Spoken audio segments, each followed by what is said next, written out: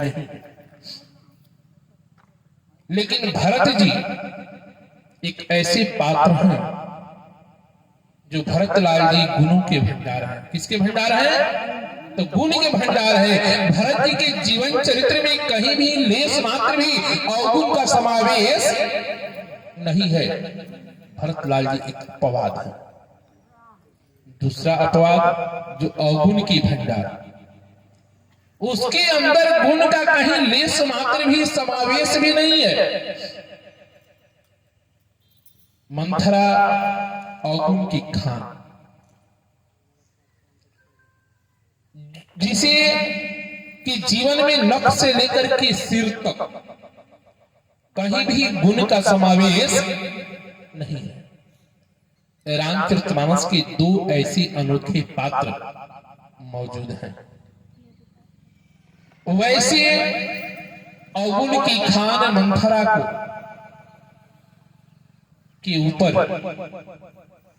शत्रुघ्न लाल जी ने हुमुकिलात तक गोबर मारा। जिस मंथरा ने अवध के राज में राजमहल के अंदर विद्रोह की बीज बो दी, जिसके कारण राम का वनवास हुआ। अगर मंथरा नहीं होती तो आज अवध में ऐसी विषम स्थिति, विषम परिस्थिति नहीं आती। मंथरा ने कैकेयी के जीवन में प्रलोभन दिया, लोभ दिया, लोभ की जागृति पैदा हुई। जबकि भरतलाल जी ने अपनी मां कैकेयी से पूछा, यहां तक भरतलाल जी ने कहा कि जिसने रघुकुल की में आकर के सरजू का नीर का जिसने पान कर लिया, कभी उसके जीवन में दोष का समावेश नहीं हो सकता है। और तेरे जीवन में ऐसे अवगुण आ कहां से गया? जो व्यक्ति जो रघुकुल का अन्न को ग्रहण कर ले, उसके जीवन की विकृति जो है समाप्त हो जाती है। और तेरे जीवन में विकृति आ कहां से गई?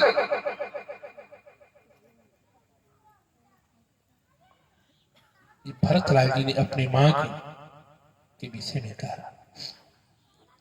जबकि कैकेयी रघुकुल में आने के बाद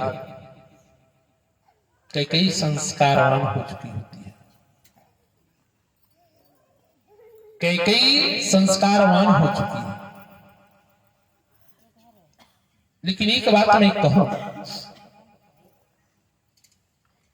संस्कार की जब बात आई तो संस्कार मिलता कहां से है? संस्कार तो माता पिता के गर्भ से संस्कार की उत्पत्ति होती है। जबकि संस्कार कोई बाजार की वस्तु नहीं है कि जब चाहे जब गए खरीद करके लाए और अपने जीवन में संस्कार को ग्रहण कर लिया। कोई कर सकता है क्या? संस्कार माता पिता के गर्भ से ही व्यक्ति के जीवन में मिलता है। कैकेयी को भरतलाल जी ने कहा कि जिस रघुकुल में आने के बाद कैकेयी रघुकुल में आने के बाद तेरे जीवन में संस्कार भर चुका था, जबकि तेरे मातृकुल का संस्कार वैसा नहीं था जो रघुकुल की संस्कार है। एक बात और मैं कह दूं कि माता पिता का दिया हुआ संस्कार हमारे जीवन का कल्याण करता है। समाज कितना भी संस्कार हमारे जीवन में भर दे, समाज कितनी भी अच्छी संस्कार दे दे, लेकिन हमारे जीवन में संस्कार आने वाला नहीं है। संस्कार समाज का दिया हुआ मिट जाता है। आज विचार कीजिए, आप सब लोग बुद्धिजीवी बैठे हैं। पहले हमारे यहाँ शिक्षा दीक्षा जो होती थी, सबके लिए एक समान शिक्षा की व्यवस्था थी। शिक्षा में कोई अंतर नहीं था। पहले की शिक्षा जो जिसके जीवन में मिली, उसके जीवन में संस्कार का समावेश हुआ। और आज की जो शिक्षा मिल रही है, जबकि पहले की शिक्षा से बताया जाता है कि आज की शिक्षा जो है बेहतर है, आज की शिक्षा बेहतर है। अगर शिक्षा बेहतर होती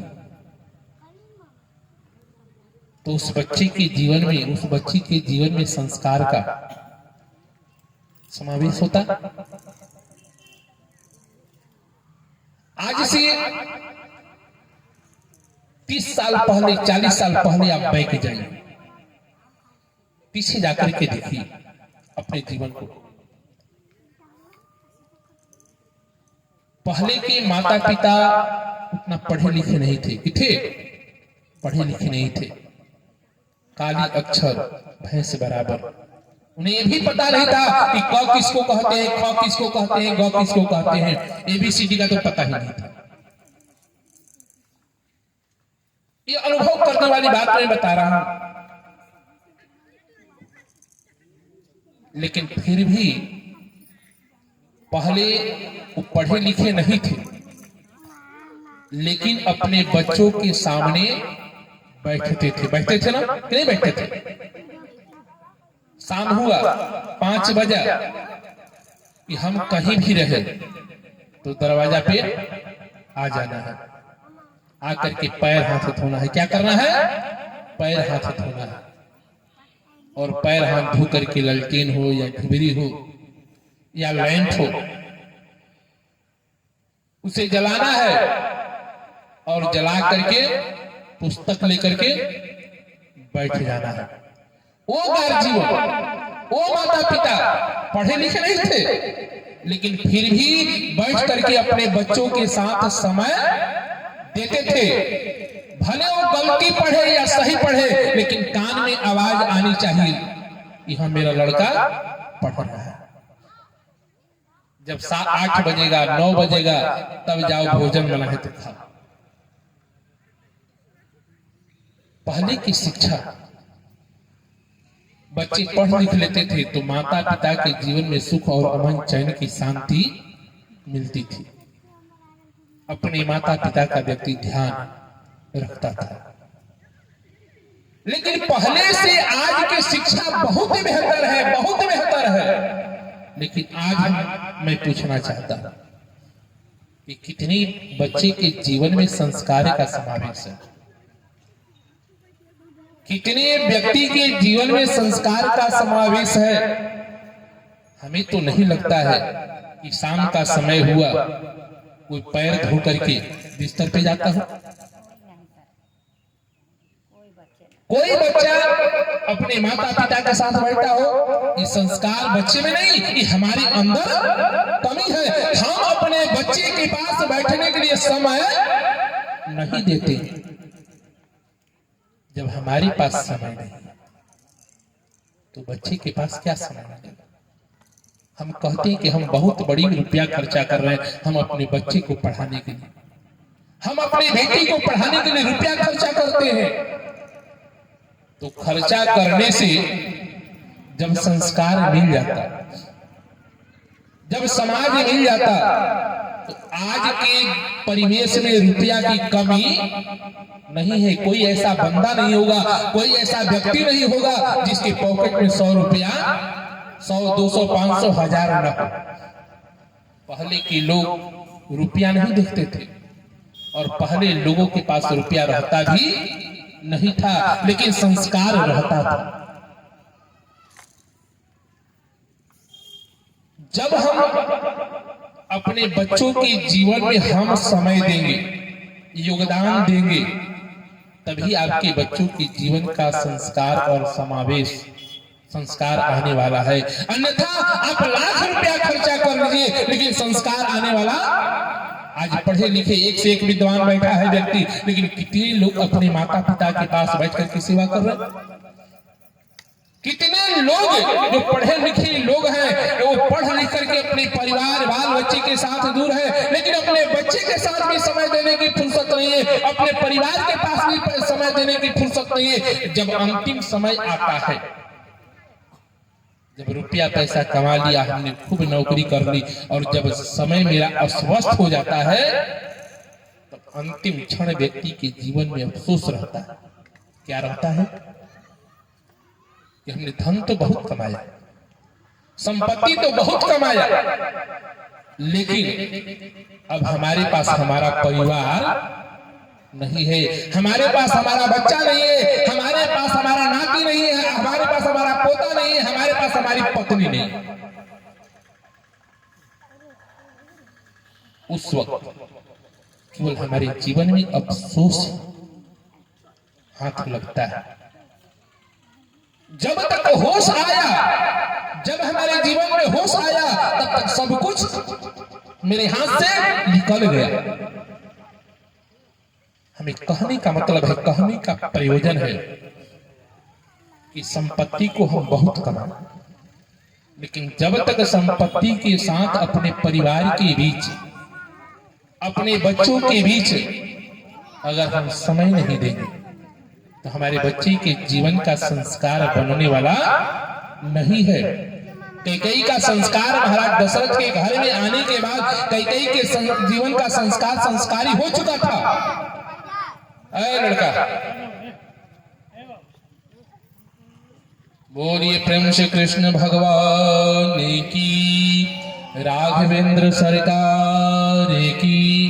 तो कैकेयी संस्कारवान हो चुकी थी, लेकिन समय जब आया तो महाराज दशरथ के घर के संस्कार कैकेयी के जीवन में तो मिल चुका था, लेकिन समय आने पे वो संस्कार समाप्त हो गया और समाप्त होने के बाद वो माता पिता का संस्कार आया और वही माता पिता का दिया हुआ संस्कार कैकेयी के जीवन में जब समाप्त आया तो वही संस्कार राम के जीवन में वनवास दे दिया।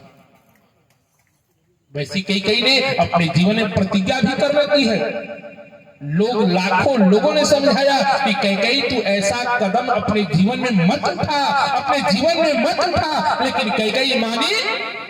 ये किसका संस्कार था? तो कैकेयी की मां का संस्कार था। जैसे मां ने कही कि आप क्यों हंसे, कैकेयी नरेश ने कहा कि अगर मैं बताऊंगा तो मेरी मृत्यु हो जाएगी। कैकेयी के मां ने कही कि मृत्यु हो जाए या जो हो जाए, लेकिन आपको बताना पड़ेगा कि आप क्यों हंसे। आज वही चीज कैकेयी के जीवन में आ गया और वही कैकेयी ने अपने जीवन की दृढ़ प्रतिज्ञा सबको कहा कि ठानी प्रतिज्ञा उदेश के रानी, कि ठानी प्रतिज्ञा उदेश के रानी, कि राजा में काट के बीज बोआ जा, राम जरूर बने चली जाई है, अब भले बिहने मोरी मांग धुआ जा। कितनी कठोर निर्णय कैकेयी अपने जीवन में ले लेती। दुनिया की, जगत की कोई ऐसी स्त्री नहीं होगी, भले उसका गोद सुना हो जाए, लेकिन अपने सुहाग को उजड़ते हुए देख नहीं सकती। लेकिन कैकेयी ने अपने जीवन में दृढ़ संकल्प कर लिया कि कुछ भी हो, मेरा सुहाग उजड़ जाए तो उजड़ जाए, लेकिन मैं जो चाहती हूं वही होना चाहिए। कि ठानी प्रतिज्ञा उदेश के रानी, कि राजा में काटे के बीज बोआ जा, राम जरूर बने चली जाई है, अब भले भी हने मोरी मांग धुआ जा। लाख वशिष्ठ सिखौले की रानी, कि राम वियोग में जी है न राजा, रानी कही प्रण टारब ना, अब भले बिहने मोरी मांग दुआ जा, ऐसी दृढ़ प्रतिज्ञा अपने जीवन में कई ले लेते। कहने का मतलब, कहने का अभिप्राय कि माता पिता का जो संस्कार है वो बच्चों के जीवन में सर्वोपरि होता है। आज हम अपने घर के संस्कार को अपने बच्चों के जीवन में संस्कार भूल जाते हैं देना। कारण कि बच्चों के सामने जो बच्चा आपके जीवन के परिवेश को देखेगा वही उसके जीवन में आएगा। समाज में कितने भी आप स्कूल में शिक्षा देने के लिए भेज दीजिए, कितना भी रुपया खर्चा कर दीजिए, लेकिन अपने माता पिता के परिवेश का जो संस्कार है उसके डीएनए में, जबकि डीएनए में 7 पीढ़ी तक डीएनए जो है संस्कार को ढोता है। तो इसीलिए कहा जाता है कि हमें अपने परिवार को संस्कारवान बनाना होगा, तो पहले हमें संस्कारी होना पड़ेगा। और जब तक हम संस्कारवान नहीं होंगे ना, तब तक अपने बच्चों से, अपने बच्चियों से कामना छोड़ दीजिए कि मेरा बच्चा संस्कार होगा, अपवाद में कहीं निकल जाए। जैसे हमने कहा कि रामचरितमानस में 2 अपवाद हैं। अपवाद में कौन? तो एक भरत और एक मंथरा। वैसे ही कहीं अपवाद में निकल जाए तो परमात्मा की सबसे बड़ी महती अनुकंपा समझिएगा, परमात्मा की सबसे बड़ी कृपा समझिएगा। कहने का मतलब, कहने का अभिप्राय, हम अपने जीवन में कामना भी नहीं करते, वैसे ही अपने जीवन में आचरण का व्यवहार भी नहीं करते कि जिससे हमारा परिवार संस्कारवान हो। कहने का मतलब, कहने का अभिप्राय कि गोस्वामी जी महाराज ने लक्ष्मण के चरणों में वंदना किया कि रिपुसूदन पद कमल नमामि असूर सुशील भरत अनुगामी। शत्रुघ्न जी के चरणों में जब वंदना कर लेती है, इनको बोलिए जी जाने के लिए, जो बैठे बोल रहे हैं लोग, बोलिए प्रेम से कृष्ण भगवान की, राघवेंद्र सरकार की, श्री राम जय राम जय जय राम, श्री राम हम श्री राम जय राम जय जय राम, श्री राम हम श्री राम जय राम जय जय राम, श्री राम राम श्री राम जय राम जय जय राम, श्री राम। बोलिए प्रेम से कृष्ण भगवान की। शत्रुघ्न जी के चरणों में वंदना करते हैं। करने के बाद आगे चलते हैं, हनुमंत लाल जी के चरणों में गोस्वामी जी महाराज वंदना करते हैं कि महावीर बिन हनुमान, राम जासु जस आपु बखान। महावीर जी के, हनुमान जी के चरणों में, महावीर बिन हनुमाना, वो भी प्रणाम नहीं करते हैं, विनय करते हैं। प्रणाम और विनय में अंतर है। लोगों ने गोस्वामी जी से पूछा कि हनुमान जी तो राम के सबसे बड़े अनन्य भक्त हैं, हनुमान जी का के विषय में जितना ही कहा जाए उतना ही कम है। जबकि हनुमंत लाल जी महाराज राम के बगैर एक क्षण भी रह नहीं सकते हैं। लेकिन पहली बिंदु पे आप ध्यान दीजिए, गोस्वामी जी ने क्या कहा कि महावीर। रामचरितमानस में वीर तो हजारों हैं, लेकिन महावीर जो है इस रामचरितमानस में कोई है नहीं। महावीर कौन है? तो हनुमंत लाल जी। और जिसकी प्रशंसा अगर अपना व्यक्ति कोई करे कि हमारा ये आदमी बहुत बड़ा बलवान है, हमारा आदमी बड़ा बलवान है, तो ये तो हमारी प्रशंसा होगी, हम अपने आदमी की प्रशंसा कर रहे हैं, तो इसका मतलब ये हुआ कि ये अपना ढोल अपने बजा रहा। लेकिन अगर कोई दूसरा हमारा विरोधी व्यक्ति कहे कि नहीं भाई अगर कुछ है तो व्यक्ति में दम है,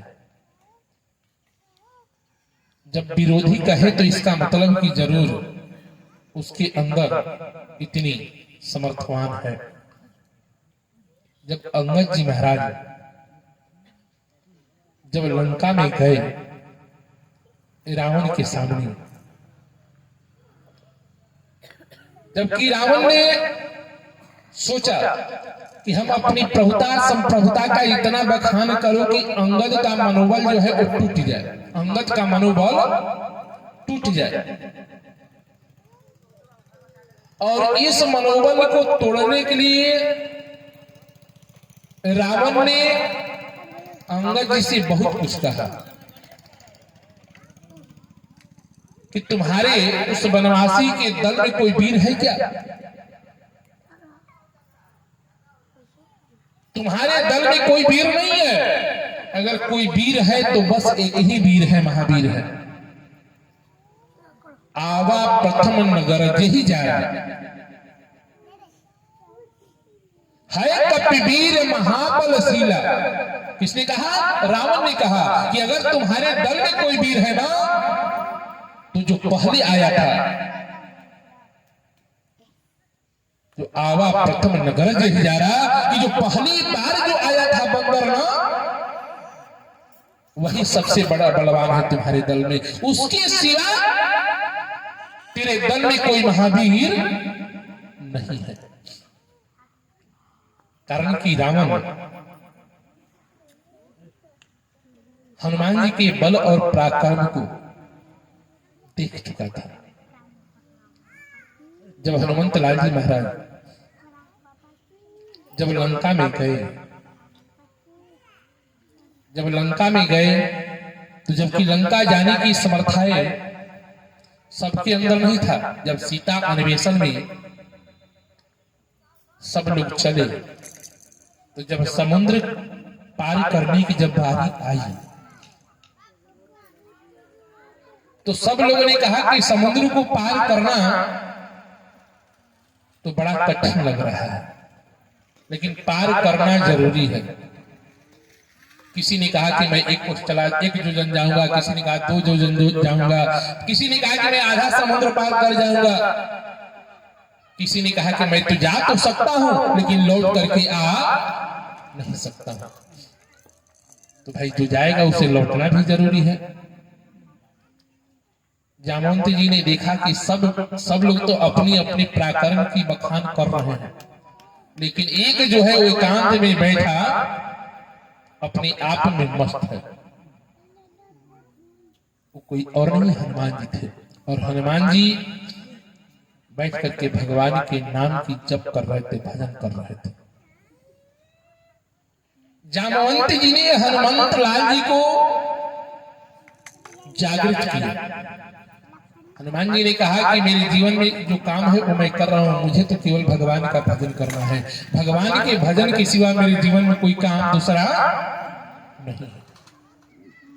जामवंत जी ने कहा कि हनुमान जिसका तू भजन कर रहा है ये सब तेरा भजन बेकार है, ये सब तेरा भजन मिथ्या है, ये तेरा भजन कोई काम आने वाला नहीं। हनुमान जी ने कहा कि मैं भगवान का भजन करूं और मेरा भजन बेकार चला जाए। जामवंत जी ने कहा कि हाँ बिल्कुल, जो व्यक्ति भगवान का नाम ले और भगवान का काम न करे तो भजन किस काम का जी? कोई काम का है?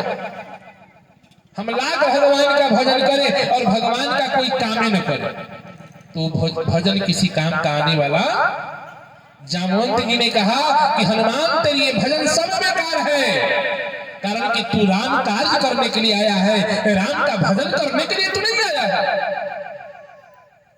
हनुमान जी ने कहा कि तब हनुमान जी ने कहा कि सब लोग अपनी अपनी पराक्रम का बखान कर रहे हैं और तू चुपचाप बैठा है, काच प्रसाद ही रहे हो हनुमान।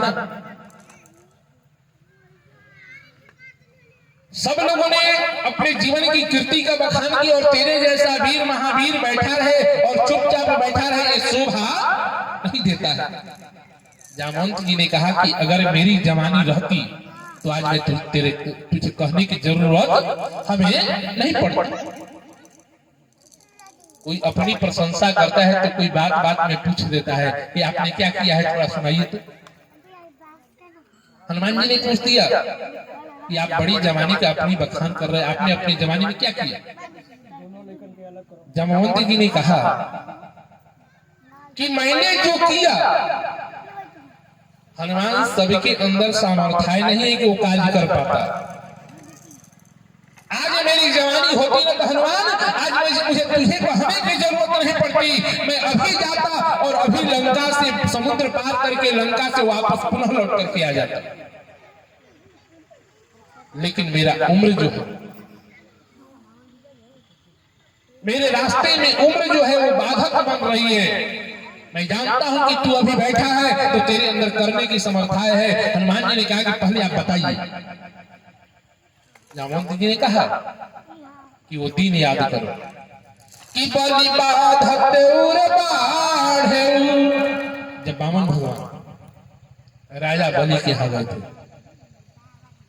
और राजा बलि से वामन भगवान ने संकल्प में 3 पग भूमि दान में ले लिया था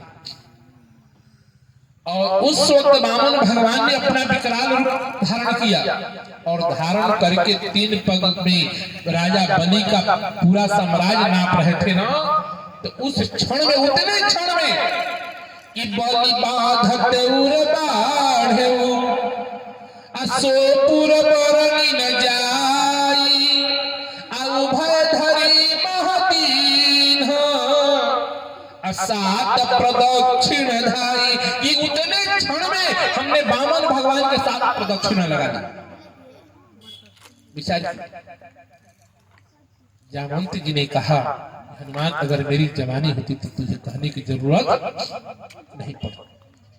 हनुमान जी ने कहा कि जब ऐसी बात है तो आज मैं आपकी सौगंध खा करके कहता हूं कि माई के दूध जाई बयाजुन रिक्षपति भल हो सधरले कि आई लया दऊ है लरिकाई के कि राखी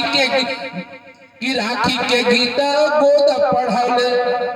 कि माँ अंजना जो है जब मेरा बचपना था तो माँ हमेशा मुझे स्तन पान जब कराती थी तो केवल यही कहती थी कि बेटा तेरा जीवन का जन्म सार्थकता तभी है, तेरा जन्म जो है राम कार्य करने के लिए हुआ है, दूसरा कार्य करने के लिए तेरा जीवन का जन्म नहीं हुआ है। आज मुझे वो दिन याद है, मैं अपने माँ की दूध की सौगंध खाता हूँ कि मैं राम का कार्य करके ही पुनः लौटूं। हनुमंत लाल जी जामवंत जी को वचन देते हैं और जब चलते हैं तो चलने की वेग और चलने की गति देखने लायक थी। जब चलने लगे तो आकाश मंडल से, जबकि सबसे प्रबल गति होती है तो मन की गति होती है और मन की गति से प्रबल गति किसी की दुनिया में नहीं है। लेकिन मन की गति से भी तेज गति जो है हनुमंत लाल जी की गति है। जब समुद्र पार करने लगे, छलांग लगाने लगे ना, उनकी गति को देख करके दुनिया के सभी लोग देखते रह यार कि पूछत बात रही समान से, कि पूछत बात रही समान से, हे हनुमान तू कैसे उड़ेला, अब जग बीच प्रसिद्ध मनोगति, अब से तू ढेर करे पड़ेला। आय आँखी बरौनी गिर जाबते। अब पलक गिरने और उठने में कितना क्षण लगता है, उतने क्षण में तो जमीन से आकाश पकड़ लेते हैं कि आँख बरौनी गिर जाबते तब छाड़ी भूइया का सधरेल। हनुमंत लाल जी की गति इतनी प्रबल कि पलक झपकते हनुमंत लाल जी आकाश में मन की गति से भी तेज चलने लगते हैं। और वैसे हनुमंत लाल जी जब लंका की भूमि पे जब पहुंचे और लंका में की भूमि पे पहुंचने के बाद जब सीता जी का जब इन्होंने खोज किया और सीता जी की खोज करने के बाद केवल सीता जी का खोज करने के लिए गए थे, लेकिन उस अशोक वाटिका में बैठे वृक्ष के ऊपर बैठे थे। और जब रावण जानकी जी को डरा धमका करके जब गया और जानकी जी जब रोने लगी, अपनी आत्मकथा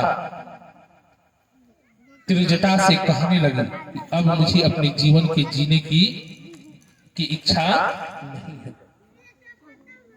त्रिजटा ने अपने जीवन में अपने रात्रि के स्वप्न की कथा जानकी जी से कहने लगी कि जानकी धीरज रखो, आज हमने स्वप्न देखा। क्या देखा है? एक बंदर आया है और बंदर आकर के पूरी लंका को जला करके तहस नहस कर दिया।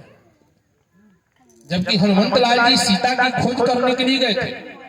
हनुमंत लाल जी ने कहा कि ये संदेश कहां से आ गया? हमको तो केवल कहा गया कि सीता को खोज करके वापस आना है, लेकिन अभी संदेश आ रहा है कि लंका को जलाना भी है। तो लंका जलेगा कैसे? इसका मतलब कि प्रभु कहने में चूक गए, इसलिए प्रभु ने त्रिजटा के माध्यम से संदेश भेजा है कि हनुमान तू लंका में तो गया तो है, लेकिन लंका को जला करके और रावण के अभिमान को मर्दन करके आया।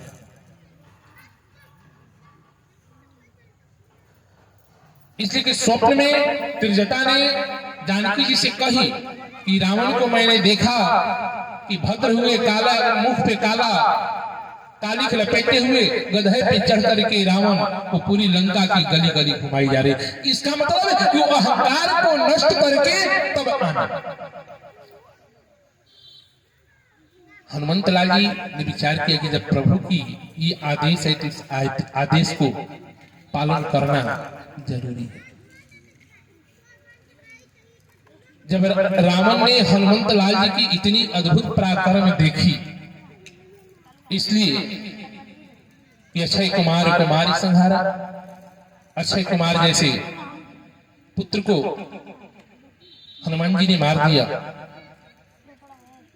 एक बात मैं कहूं, अगर कोई व्यक्ति, अगर हमारी समाज में मान सम्मान हो, हमारी समाज में मान सम्मान इज्जत प्रतिष्ठा मिल रही हो और वहां पे कोई दूसरा व्यक्ति आ जाए और उसका मान सम्मान मिलने लगता है ना, तो व्यक्ति के मन में जलन होने लगती है। होती है कि नहीं?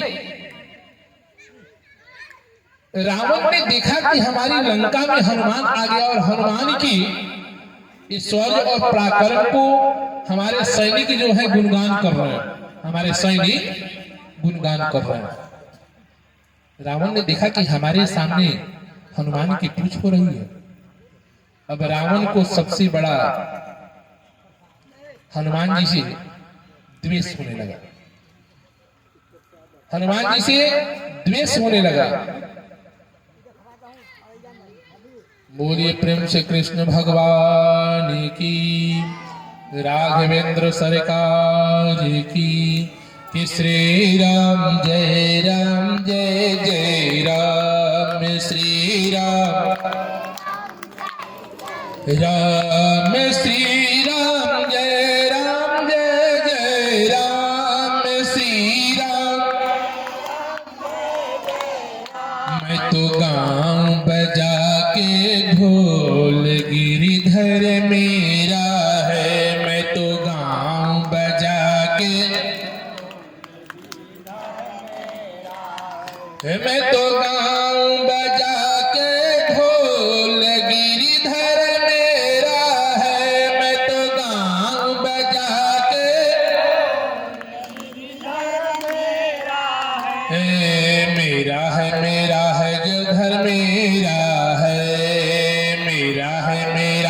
गिरधर, मेरा है गिरधर मेरा है, मेरा है गिरधर है। मैं तो गाऊं बजा के ढोल गिरधर मेरा है, मैं तो गाऊं बजा है। को कहे हल्का, को कहे भारो, को कहे रो, को कहे हल्का, को कहे भारो, को कहे हल्का। मैं तो ले तराजू तोल गिरधर मेरा है, मैं तो ले तरा है। मैं तो ले तराजू तोल गिरधर मेरा है, मैं तो ले तराजू है। मैं तो गाऊं बजा के ढोल गिरधर मेरा है, मैं तो गाऊं है। मैं तो गाऊं बजा के ढोल गिरधर मेरा है, मैं तो गाऊं बजा के है। मेरा है गिरधर मेरा है, मेरा है गिरधर है। मेरा है गिरधर मेरा है, मेरा है गिरधर है। मैं तो गाऊं बजा के ढोल गिरधर मेरा है, मैं तो गाऊं है।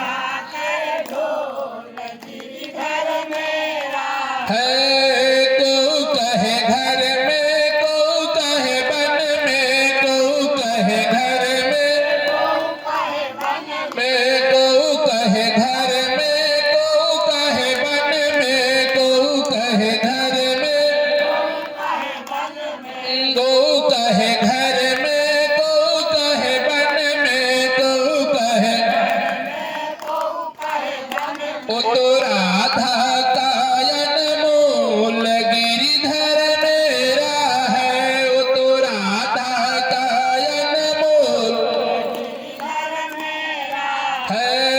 मेरा है गिरधर मेरा है, मेरा है गिरधर है।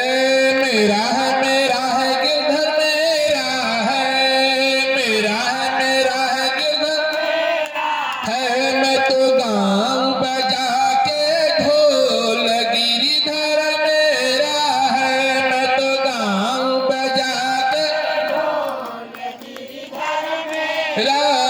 मैं तो गाऊं बजा के ढोल गिरधर मेरा है, मैं तो गाऊं। बोलिए प्रेम से कृष्ण भगवान की, हनुमंत लाल जी महाराज की। जब कोई दूसरा व्यक्ति आ जाता है और उस व्यक्ति के सामने किसी और की जब पूछ होने लगती है तो उसे जलन होने लगता है कि अभी तक ये समाज मेरा था और सब लोग मेरी मान सम्मान करते थे, लेकिन जब से ये व्यक्ति आ गया तो अब समाज में मेरी पूछ कम हो गई। होती है ना बात। अब रावण को लगा, रावण को जलन होने लगा। किससे? तो हनुमान जी से। और वो भी हनुमान जी किस बात को? कि हनुमान जी के पूछ से जलन होने लगा, कि इस लंका में हनुमान की पूछ होने लगी। जैसे मान लीजिए आज सभी के जीवन की व्यथा यही है, हम घर में हैं, हमारे लड़के हैं, तो हमें बहुत बड़ी अफसोस होने लगती है कि अब हमारे घर में पूछ नहीं होती है ना बात, कि ना हमारा लड़का पूछ रहा है, न मेरी बहू पूछ रही है, न मेरा पोता पूछ रहा है, न मेरी पोती पूछ रही है। अब हमारे अंदर ये हो गई कि हमारी अब घर में पूछ नहीं। पूछ जबकि अपवाद शब्द है, लेकिन फिर भी पूछ के पीछे पूरी दुनिया मर रही है, तो भला रावण क्यों न मरे? अब रावण के दरबार में कोई चला जाए और रावण की जगह क्षेत्र में चला जाए और उस जगह हनुमान जी की जब पूछ होने लगे, तो रावण के अंदर तो ऐसे ही हनुमान के प्रति जलन हो गई कि हमारे राज में हनुमान की पूछ होने लगी। हम किसी समाज में जाते हैं और हमारी समाज में पूछ न हो तो हमें जलन स्वाभाविक है कि हमारी अब समाज में कोई पूछ नहीं। रावण के अंदर भी यही बात हो गई कि हमारे यहां आया और हनुमान के जीवन हनुमान की पूछ होने लगी और हनुमान के पूछ से रावण के अंदर जलन हो गया। जब हनुमान जी रावण की सभा में गए, जब रावण की सभा में जब गए तो रावण ने कहा कि अंग भंग, रावण ने हनुमान जी को दंड देने की जब बात कही कि रावण को मार दिया जाए, हनुमान को मार दिया जाए, जब हनुमान की मारने की बारी आई तो हनुमान जी ने विचार किया कि हम इस दुष्ट के हाथ से मरे, ये उचित नहीं लग रहा है। और किसी अच्छे सज्जन व्यक्ति अगर कोई मारे तो हमारी मान प्रतिष्ठा में हनन नहीं होगा, लेकिन ऐसा पापाचारी, ऐसा दुराचारी अगर मुझे मारे तो फिर ये शोभा नहीं देगी। लेकिन हनुमान जी करते क्या? मौन थे। लेकिन जैसे ही मारने की बात आई तो मारने की जब बात आई तो मंत्रियों ने सलाह किया कि महाराज, विभीषण जी ने भी कहा कि दूत को मारा नहीं जाता है, कितना भी तो दूत कितनी भी बड़ी गलती करे लेकिन दूत को सजा दे करके छोड़ देना चाहिए। तब रावण ने कहा कि जब ऐसी बात है तो अंग भंग पठई कर बंद, इसका अंग भंग करके इसे छोड़ दो। अब हनुमान जी बड़े चिंतित में पड़ गए, किस बात की? ये तो अब अंग भंग करने की बात आ गई। अंग भंग की बात होती तो चल जाएगा, कहीं रावण को ये बात न याद आ जाए कि कहीं राम ने सुपनेखा का नाक कान लक्ष्मण जी ने काटा तो कहीं मेरी भी नाक न कट जाए। वास्तविक बात है, अगर कान कट जाए तो आदमी गमछा या टोपी लगा करके कान ढक छुप जाएगा। अगर हाथ कट जाए तो चलो भाई हाथ पॉकेट में अपना डाल करके छुपा लें। गोड़ कट जाएगा तो चलो बैसाखी अपने गोड़ में कृत्रिम अंग लगा लिए। लेकिन अगर नाक कट जाए तो नाक छुपेगा, गमछा भी बांधेंगे तो पूरे चेहरे छुप जाएगा। हनुमान जी ने कहा कि कहीं विचार किया कि कहीं रावण को ये बात पता न लग जाए कि कहीं सुपनेखा का बात याद आया और कहीं सुपनेखा का नाक लक्ष्मण जी ने काट दिया तो कहीं रावण ने मेरा नाक काट दिया तो फिर मेरी प्रतिष्ठा क्या रही। हनुमान जी बड़े फेरे में पड़ गए। अगर नाक भी कोई काटे तो ऐसे दुष्ट और पापी के हाथ से अगर मेरी नाक कटेगी तो समाज में क्या लोग कहेंगे? उस रावण से हनुमान ने नाक कटवा करके आया है। मेरी प्रतिष्ठा का हनन हो जाएगा। रावण कामी है और कामी अगर नाक काटे तो फिर मेरे जीवन का कोई चरित्र रह जाएगा क्या? हनुमान जी बड़े फेरे में पड़ गए। लेकिन हनुमान जी ने अपनी दूसरी युक्ति लगाई, इसलिए कि हनुमान जी को तो पूंछ प्रिय होता है, बंदर को पूंछ प्रिय होता है। हनुमान जी ने क्या किया कि अपना पूंछ लिया और पूंछ लेकर के नाक आंख पे ऐसे करते और नाक मुंह से चूमते। जब करने लगे तो रावण का ध्यान गया कि ये तो पूंछ है। तो रावण ने कहा कि बंदर को पूंछ प्रिय है, और हनुमान के प्रति रावण का तो पहले ही से देश था कि हमारे समाज में हनुमान की पूंछ, और पूछ उस सभा में हनुमान की हो रही है और रावण का कोई पूछे नहीं है। जब हनुमान की पूछ हो जाए तो कल से रावण का कोई पूछ करेगा क्या? स्वाभाविक है कि हम अगर हमारी घर में पूछ न हो, समाज में पूछ न हो, तो हमारे अंदर द्वेष पैदा होती है, जलन पैदा होती है। किसी मामले में पूछो, घर में हो, समाज में हो, बाहर हो, या किसी कार्य में अगर हमें करने के लिए कोई न पूछे तो हमारे अंदर जलन होती है। वही बात रावण के अंदर भी रावण ने कहा कि इसका पूंछ जला दो। जब रावण की पूंछ की बात आई तो हनुमान जी ने कहा कि अच्छा, तब तो भगवान तो सही में कहे थे, आदेश दिए थे कि लंका को जला कर किया। लंका को तो हमने तो जलाने की बात भी नहीं लाई, रावण तो अपने हाथ से लंका जलाने के लिए तैयार हो गया, तो हमको इसमें कौन सी बड़ी बात है?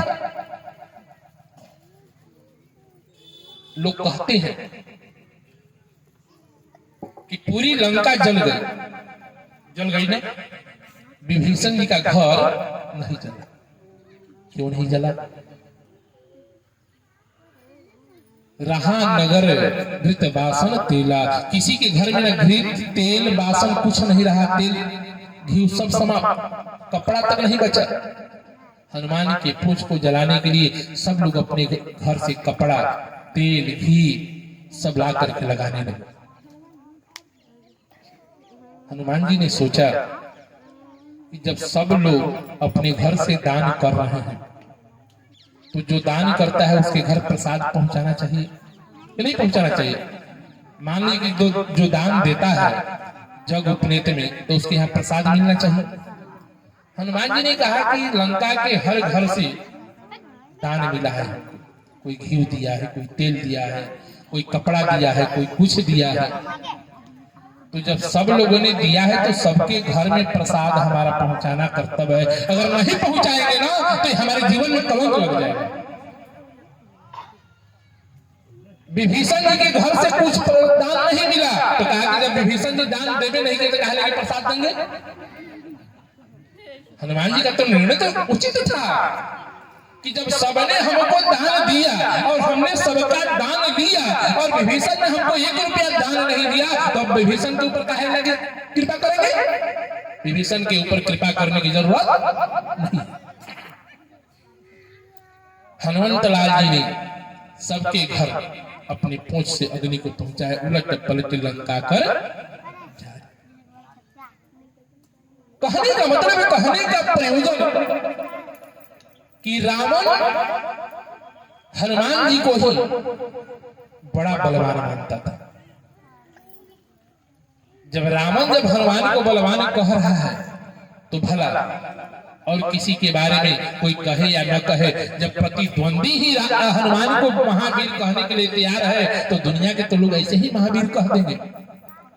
तो कहने का मतलब कि गोस्वामी जी ने हनुमान जी के विषय में वर्णना किया कि महावीर बिनवो हनुमाना, राम जास जस आप बखाना। तो हनुमान जी को बखान किया जाए, क्यों प्रणाम नहीं किए, इसके विषय में कल इसी के साथ वाणी का विराम। सभी राम भक्तों को जय श्री राम। 2 बार प्रभु का आरती की तैयारी कि श्री राम जय राम जय जय राम, श्री राम राम श्री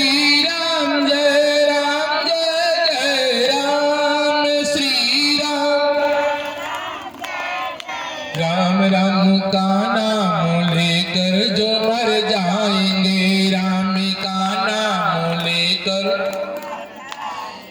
राम का नाम लेकर जो मर जाएंगे, राम का नाम लेकर